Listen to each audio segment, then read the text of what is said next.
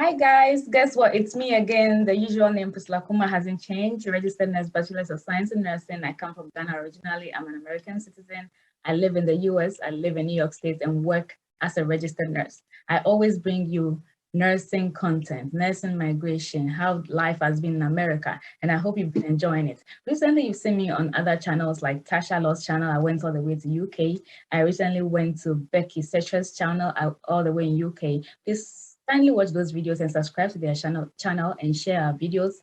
And you saw me on SVTV Africa. I want to thank DJ Nyami for featuring me. A lot of subscribers from your end have come to me. So welcome all new subscribers from Nigeria, Namibia, anybody viewing me. Today, I have to answer the question. Midwives in Ghana contact me. They want to be a midwife in UK and they hear it's not possible, but there are midwives who live in UK and are working. And I have somebody here who is a midwife who's schooled in Ghana and is working in UK, and she's going to tell us all about the process. So sit back, relax, watch this video to the end. If it does extend into part 1 and part 2, please do follow up and watch the part 2 and share this with other people so that it will benefit them. Nafisa, please welcome to my show. How are you doing today?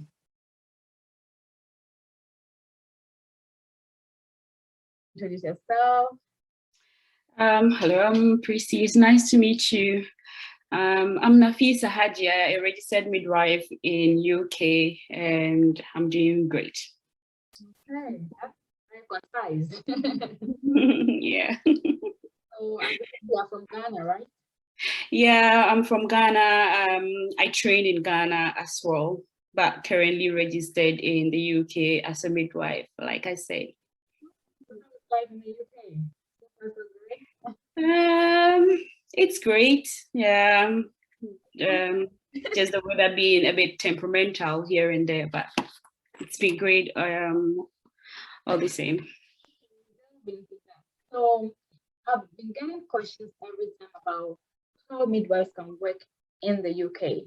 And most of the questions come from Ghanaians, and they said they think that midwives cannot work in the UK because of the special system that US has. And I'm glad to have you here to tell them the process you went through and how everything has been for you. So this is somebody who's schooled in Ghana and now working in the UK. What did you do? Where did you start from? What is the process for somebody who's schooled outside the UK and wants to work in UK as a midwife? Yes, midwives can work in the UK as a registered midwife, and UK is currently like recruiting more midwives from overseas. And of course, I happen to be one of them. I was like, let's say, recruited like from overseas, but in quote, I was in the UK, but on a visitor's visa. But before I come to the point, that point, the midwifery process is basically the same as the nursing process. But the only difference is instead of writing the nursing OSCE, we do write the midwifery OSCE.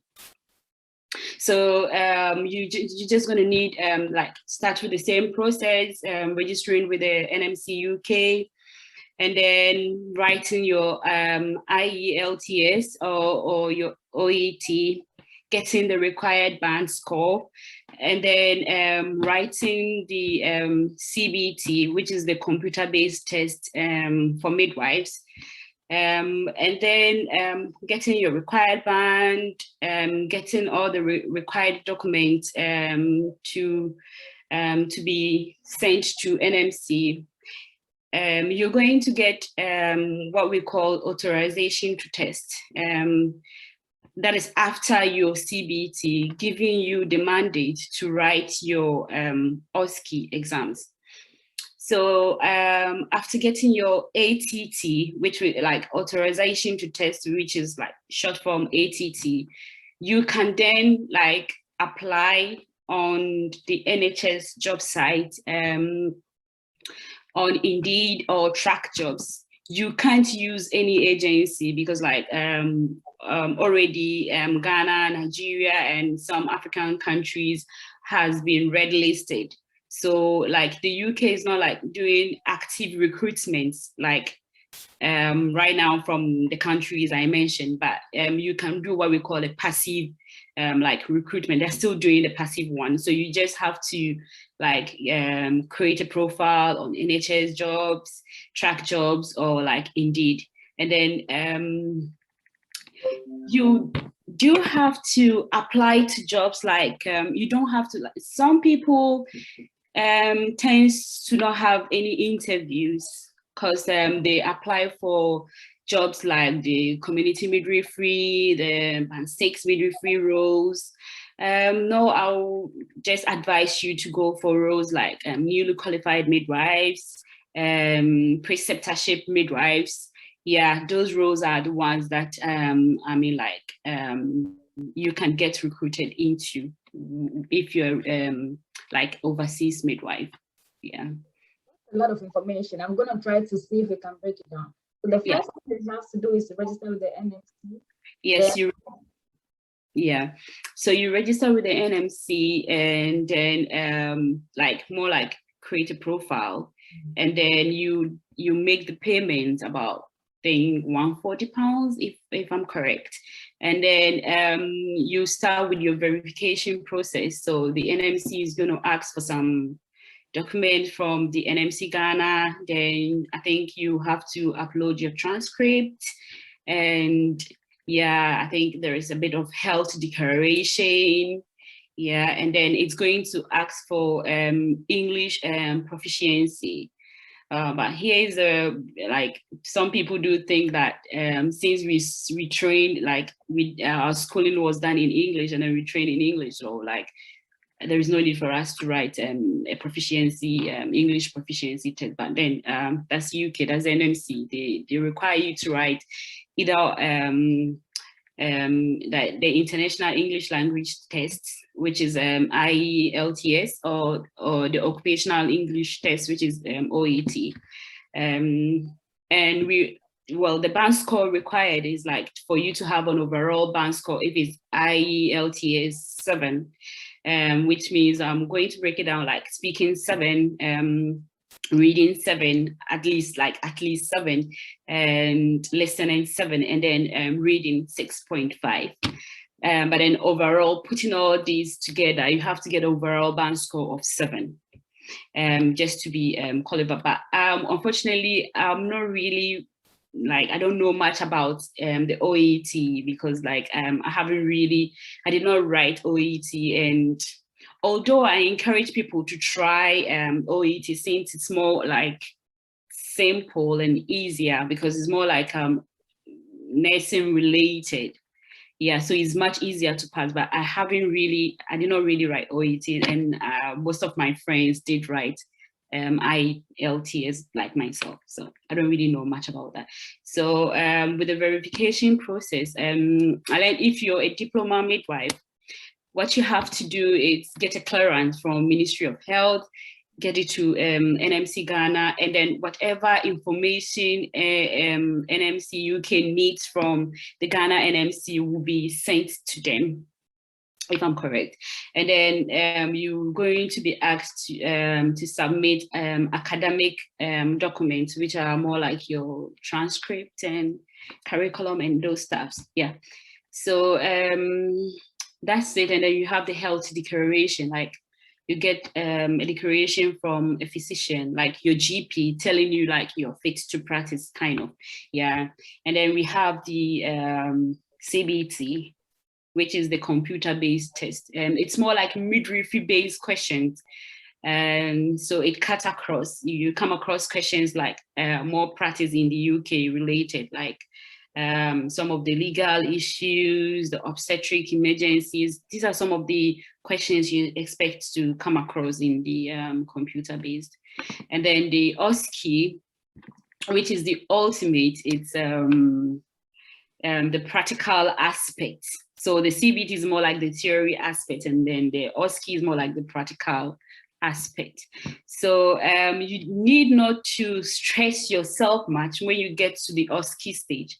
So most trust or employers will expect you to have your CBT and then the English proficiency in hand. you need to, like get that done before, and then having your ATT in hand before any trust or employer will want to employ you. So once you get to the stage where you have your ATT, you need not to worry about the OSCE, because once you get an employer, come into the UK, your employer is going to train you for the OSCE, just like the nurses. Yeah. Thank you for that detailed information. So because most people are not able to make the high score of IELTS, we see in the news these days that they are trying to do something about the band they need. So most people who wrote and didn't get, they got like 6.5 band, they want to use it to enter the US. But US process is very cumbersome, very lengthy, very expensive. I shared that a lot on my channel. And I set up a consult called US RN Pathway Consult. It's just a consult that helps with your processing, shows you the forms to fill, and the state of nursing board to register with, and the pathway to writing your NCLEX to passing it. It is not a recruitment agency sending people to America, no.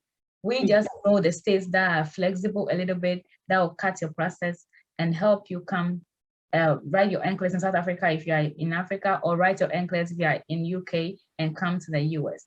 So if you haven't followed our Facebook group called US RN Pathway Consult, follow it. You find our Telegram in there, you find our WhatsApp number in there. I also gonna post, I would also post some under this video. Click on the link and join the groups and see if we can help you.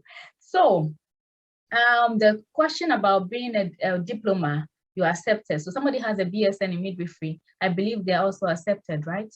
Oh yes. If you have diploma, BSc, so the UK has like this starting point for everyone. It doesn't matter what your qualification is. We all are going to start at a band 5 level, which we call like the preceptorship level or the newly qualified level. But also there are some trusts like in certain parts of UK, like London and some parts where cost of living is a bit high. They tend to start you at a band 6 role, but then it's more like you'll be started at the lowest step in a band 6, just to build up, but then you'll be offered the preceptorship package.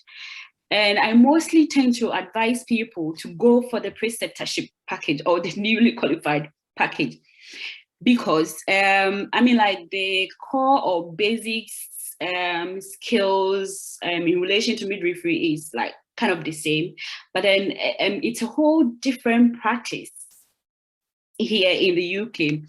Like back home, we train to do a whole lot for the woman. So you're a midwife, but then you tend to be the obstetrician, you are the anesthetist, because like you sort out the pain, like do like pain management, and you get to do a whole lot like when it comes to things like manual removals, whereas here it's not the same.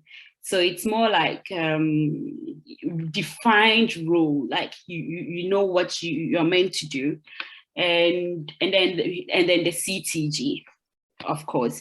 So starting at a preceptorship role or like a newly qualified role give you the chance or the opportunity to ease yourself like gradually into the system, rather than going for like a band 6 or like a community midwifery role.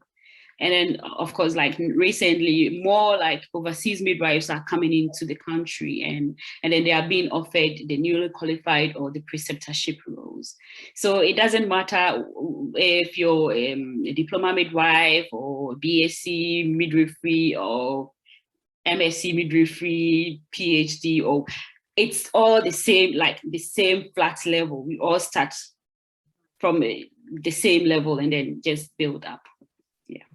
The time that you register with NMC, prepare your documents, write all this till the time you entered UK. How long did it take? 6 months, 1 year? I started at a time where UK wasn't really, I would say, really not interested in recruiting international midwives. I started way back like 2018. Yeah, so my husband like kind of introduced me to like, oh, I've seen nurses writing IELTS just going to the UK. So are you like interested?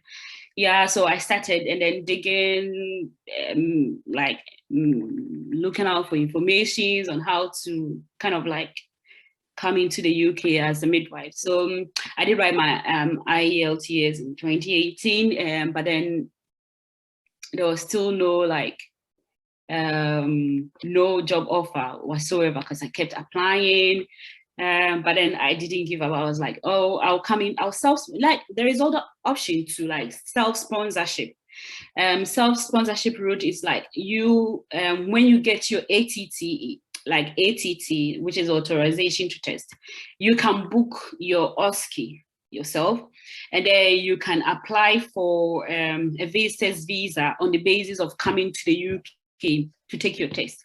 But I feel like it's a bit cumbersome because like it involves a lot of money because the paying for the OSCE is expensive. It's like £785 or something, if I'm not wrong.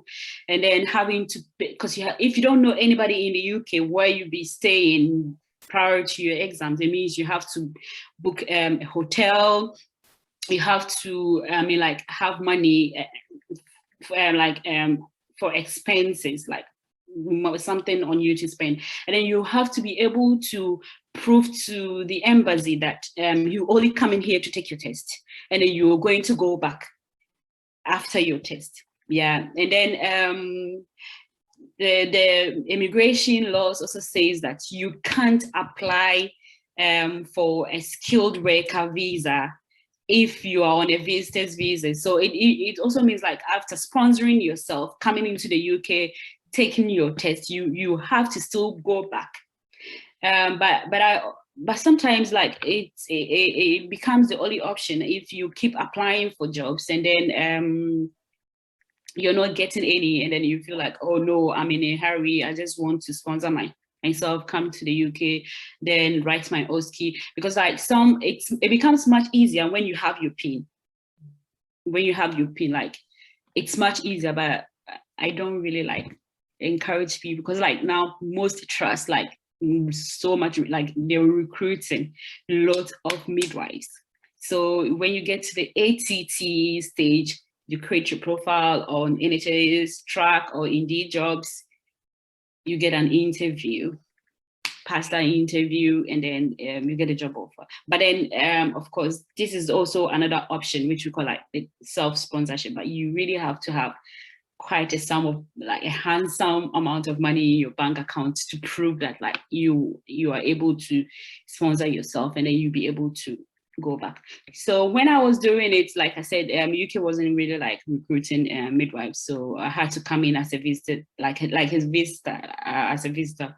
But I was fortunate, like when some people I knew were going back after securing a job to reapply from back home, I was fortunate to be able to just convert right here in the UK without going back to Ghana. Yeah. So like I converted on a visitor's visa without going back to Ghana. This is what some people find really strange because it doesn't happen, but like, yeah, it did happen for me. So that's the other option, like self-sponsorship or getting your ATT, applying on NHS Track or Indeed Jobs, getting off a COS. Oh, I forgot to mention that you need the certificate of sponsorship, which we call like COS from your employer, to be able to apply for the skilled worker visa.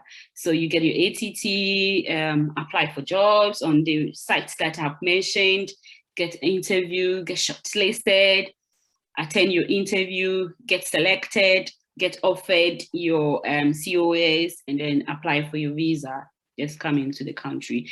They will train you for your OSCE. But then if you're using the self-sponsorship route, that is it. You need to have a handsome amount of money in your account to prove, and then you have to have like something that is like actually tying you to Ghana. Like you have to have something that proves like after your exams, you're going to go back to Ghana.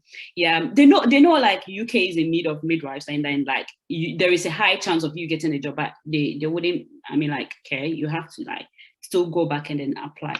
And then and it also means that if you are self-sponsoring, it means you also have to find a trainer for your OSCE exams as well. So it's quite like cumbersome, like I said.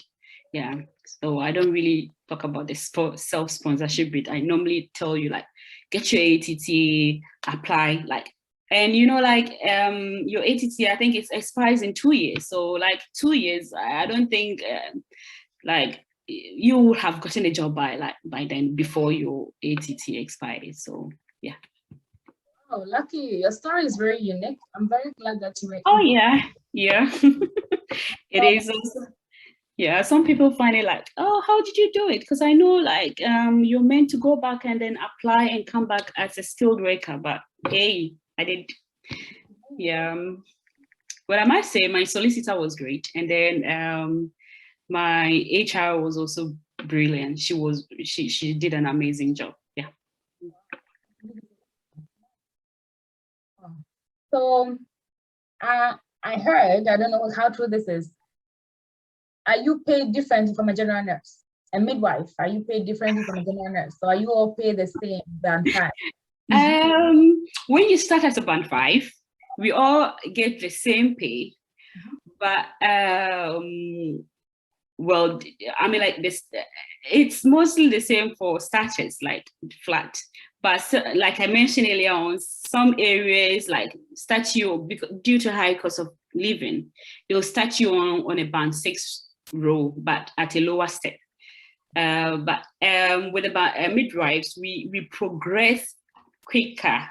Like if you have a preceptorship role, some trusts have about 18 months of preceptorship, whilst others have like a year of preceptorship. So you progress to band 6 with that, thereby making your money, I mean, like on the high side compared to nurses. But then the starting point is like basically the same.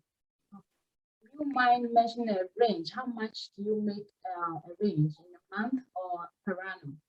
I know it differs with different trusts, but you should look out for like 25,695 pounds per annum for starters to, I think, 32,000 plus for starters. Yeah. Most nurses in the UK want to move to the US because they think that the US, we are cashing out, they were making so much money, but there are other factors that go into it. We don't get the 1-year maternity you guys get, we don't get free healthcare. Life here is crazy and fast-paced and it's not too safe, all these gun shootings and all that. But so I had a top block. I'll edit that part. So which part of UK do you live? Like you can mention the city, not specifically your house address or something. And what is the cost of living over there? And how is childcare like? Do you pay for daycare or the school the kids go to? I live in Bedfordshire, and sometimes I feel like the cost of living here is on the high, but like compared to other places, I think it's cool.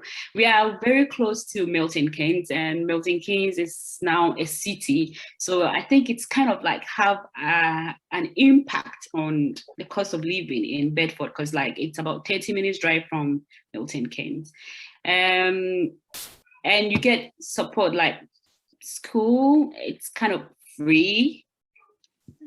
So your kids get to go to school for like free from year 4. But if you have toddlers like between 1 to 3 that you want them to attend preschool, you're entitled to, I think, like 15 hours per week. And then if you want full time, you have to like top up. Yeah. And I'm told there's a little struggle with accommodation. How is it been like finding it?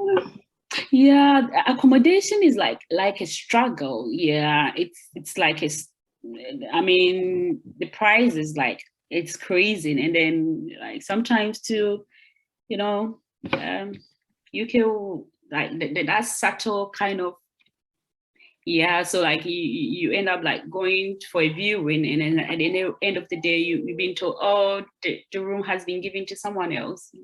Yeah, there are certain things you can't really explain, but yeah, it makes it hard to get accommodation around here. Do you want like a 2 bedroom will cost how much? So 2 bedroom here will be from, well, £800 to 1,005. Yeah, depending on how like, yeah, like how big the rooms are, like the utilities in it. Yeah. That's a lot, because if you're paying 1,000 out of your paycheck for 2 bedrooms. Yeah, it's crazy.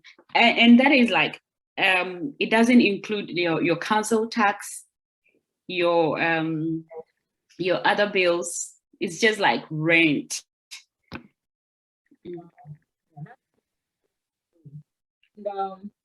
The transportation system, is it trains, bus? Do you drive? Your what's common over there?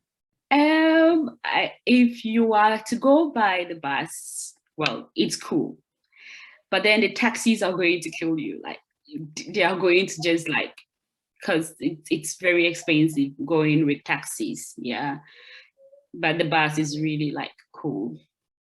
And like driving here, it's a bit difficult because before you get a provisional driving license, you have to be in the UK for like 6 months before you can get a provisional driving license. And you have to take your theory test, you have to then go with the practical test. Yeah, so it's not right like easy getting a driving license over here. So most people drive, then you drive on the left side. Yes, most people drive, but on the right-hand side. Or the right side. We drive on the left in Ghana. We drive on the left, yeah, but in the UK, you drive on the right side, yeah. I'm still struggling to drive though. So when somebody comes in, they start work right away. If you know a friend who came to the agency, after they arrive, they start working, train them for some 5 or 6 months, or how long is the training before you start working? So there are some trusts, whilst waiting to get your PIN, will allow you to work as a band 4, which is more like a support worker role, whilst waiting for your PIN. Well, but others prefer to just like intensely prepare you for your OSCE, get it done, get your PIN, and then we'll start you right on away in your band 5 roles.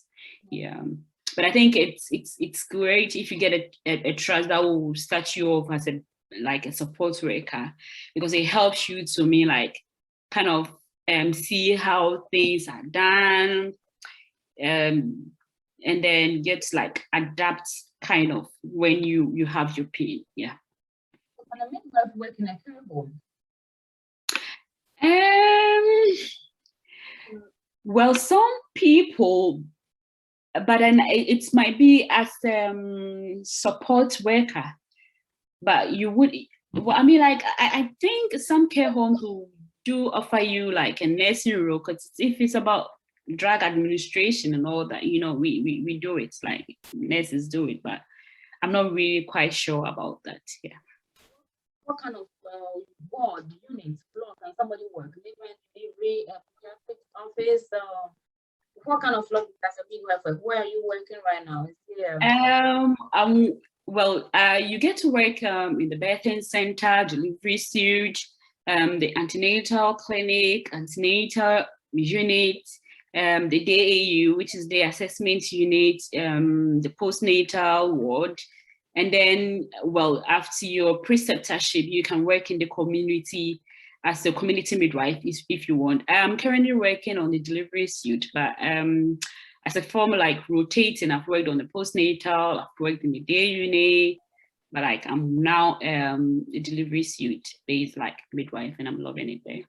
Supposed to move around. Nobody asked you. So it's like you get to do what we call the supernumerary. Supernumerary is kind of like introducing you to the various wards. So you get to have some weeks or days allocated to you for each unit. So you get kind of to rotate. But if you're doing more like a preceptorship, there are some hospitals or like trusts that gives like a 18 months preceptorship. So it's allocated to you, like just spread across, I think 6 weeks here, 6 weeks there, 2 months, like just so you get to work in every unit. But even with a preceptorship, you still have to do a supernumerary. A supernumerary is more like a supervisory role. Yeah. You get to work alongside someone, just observing and not hands-on. So, I mean, you get to do certain things, but then they will take responsibility for certain things, like certain errors. Yeah. But then once you start like working independently or like being in our numbers, when you're working supernumerary or supervisory, you don't get to be in our numbers. So, but then once you start working independently, we count you as one of the midwives. You know.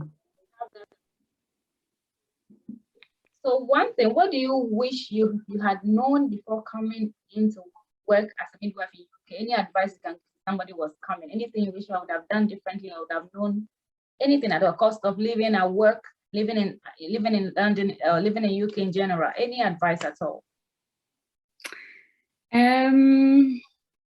I'll say it's great working as a midwife here. I mean, like you get to see a different aspect of midwifery. I mean, there are certain things I'll say, oh, it was in my grandma's, it was in Silververa's, but then I haven't really seen them in back home. But like you get to see them. I mean, like you get to practice them here. But also you should also know where your care has to end, and then when you have to like escalate to the next specialist or like the next person, you should know that. Yeah. And then if you come in and then you have family, you should also consider childcare, because like childcare here, like child minding services is super crazy and expensive. Yeah. So you should mind that, and then you should know that like cost of living is like skyrocketing, like it's just like going crazy. Yeah. But the good thing is like you have a good system and all that. Yeah. Yeah, everywhere it's getting crazy with this Russia, Ukraine thing and a whole lot. Oh yeah. Yeah. So I'm very glad that you came here to share with us the process. Now midwives, you can work in the UK with your diploma. I know you've been asking me to do this video, and I've finally done it for you. And you have a Ghanaian educated midwife who is now in UK working. How many years have you been working there, if you don't mind me asking? I've been working for a year now, and well, so currently kind of like a band 6 now. The videos you're doing, you're making kind of having your own little kind of I'm very, very, very glad talking to you. And I'll see you on the other side. Take care. Take care. Thank you for having me, Christine.